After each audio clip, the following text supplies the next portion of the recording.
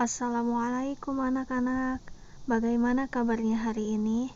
Semoga kita semua dalam keadaan sehat dan selalu dilindungi oleh Allah Subhanahu wa Ta'ala. Pada pertemuan kali ini, kita akan mencermati kisah keteladanan Nabi Zakaria alaihissalam.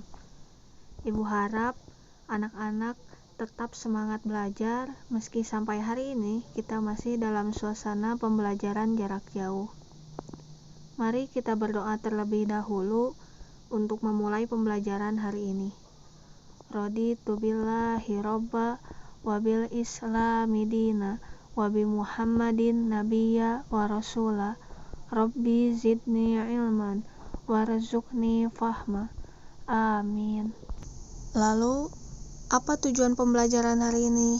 Tujuan pembelajaran hari ini agar anak-anak dapat meyakini dan memahami kisah keteladanan Nabi Zakaria alaihissalam, sehingga dapat mengimplementasikannya dalam kehidupan sehari-hari berupa sikap kasih sayang. Selain itu, anak-anak dapat menceritakan kembali kisah keteladanan Nabi Zakaria alaihissalam. Anak-anak, sebelumnya ibu ingin bertanya terlebih dahulu. Siapakah Nabi Zakaria alaihissalam itu? Ya, Nabi Zakaria alaihissalam adalah keturunan Nabi Sulaiman alaihissalam yang menjadi utusan Allah untuk Bani Israel. Nama istrinya adalah Isya yang masih saudari dari Hannah, yaitu istri dari Imron, seorang ulama besar di Bani Israel. Lalu, bagaimana kisahnya? Kita simak ya. Nabi Zakaria alaihissalam adalah seorang nabi yang sangat menjaga amanah yang diterimanya. Hal ini terbukti ketika Nabi Zakaria dititipi oleh saudaranya, yaitu Imron, anak perempuan yang bernama Maryam untuk beribadah di Baitul Maqdis. Kemudian Nabi Zakaria menerimanya dengan membuatkan kamar untuk Maryam. Kamarnya ini berada di mihrab. Mihrab adalah tempat beribadah Nabi Zakaria kepada Allah Subhanahu wa Ta'ala. Dengan begitu, Nabi Zakaria bisa selalu mengawasi Maryam setiap saat, karena tidak ada yang berani masuk ke mihrab Nabi Zakaria alaihissalam. Nah, suatu waktu, Nabi Zakaria dan istrinya terkejut ketika mereka hendak memberikan makan dan minum kepada Maryam. Mereka justru melihat banyak makanan dan minuman sudah tersedia. Nabi Zakaria pun bertanya, "Dari mana asal makanan tersebut?" Kemudian Maryam menjawab, "Makanan yang ada di kamar ini adalah makanan pemberian Allah, karena Allah memberikan rezeki kepada siapa yang Dia kehendaki."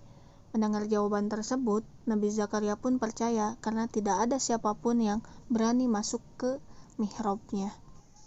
Perlu anak-anak ketahui bahwa Nabi Zakaria alaihissalam diberi cobaan oleh Allah berupa sulit memiliki keturunan hingga usianya sudah tua.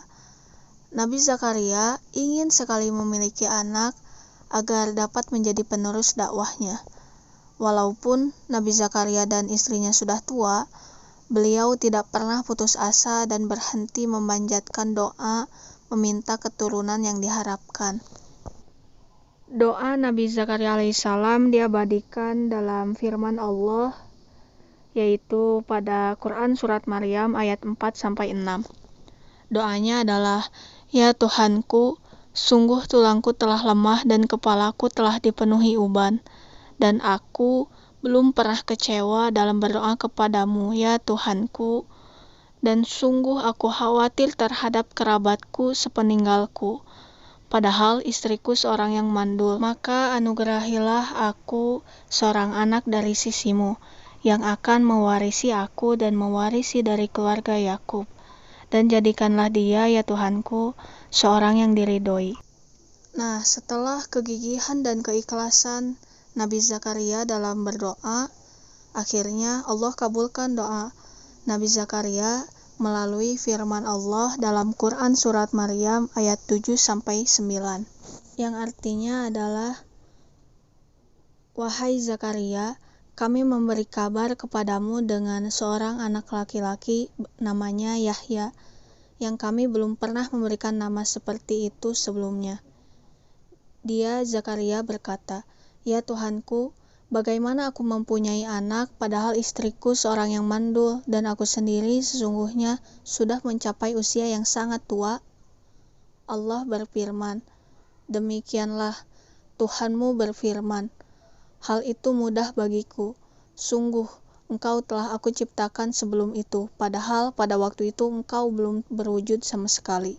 Nah, anak-anak, setelah itu Nabi Zakaria terus berdoa kepada Allah, memohon agar diberi tanda-tanda jika beliau akan mendapatkan putra. Lalu, Allah pun mengabulkan doa Nabi Zakaria. Beliau tidak bisa bicara dengan manusia selama 3 hari 3 malam. Padahal, saat itu beliau dalam keadaan sehat. Sejak saat itu, Nabi Zakaria jika keluar dari mihrab dan menemui kaumnya untuk beribadah, beliau hanya dengan memberi isyarat. Setelah tanda-tanda tersebut muncul, Nabi Zakaria yakin bahwa Allah akan mempermudah proses hamil sampai bersalin istrinya. Karena jika melihat keadaan istri Nabi Zakaria yang sudah tua, istrinya akan sulit dan berbahaya jika harus melahirkan di usianya yang sudah tua. Nah, waktu yang ditunggu-tunggu pun tiba. Istri Nabi Zakaria melahirkan seorang anak laki-laki yang diberi nama Yahya, sebagaimana firman Allah yang artinya hidup. Nabi Zakaria sangat senang karena akan memiliki generasi penerus perjuangan dakwahnya. Nah, anak-anak, itulah kisah dari Nabi Zakaria alaihi salam. Lalu, apa inti pembelajaran hari ini?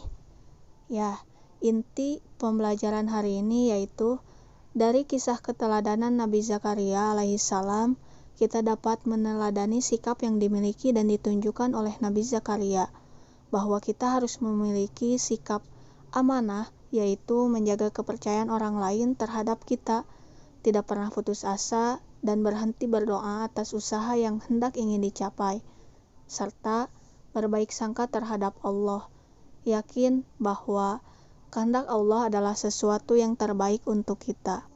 Dan anak-anak harus menanamkan sikap saling menyayangi antar sesama. Sekian pembelajaran kita hari ini. Wassalamualaikum warahmatullahi wabarakatuh.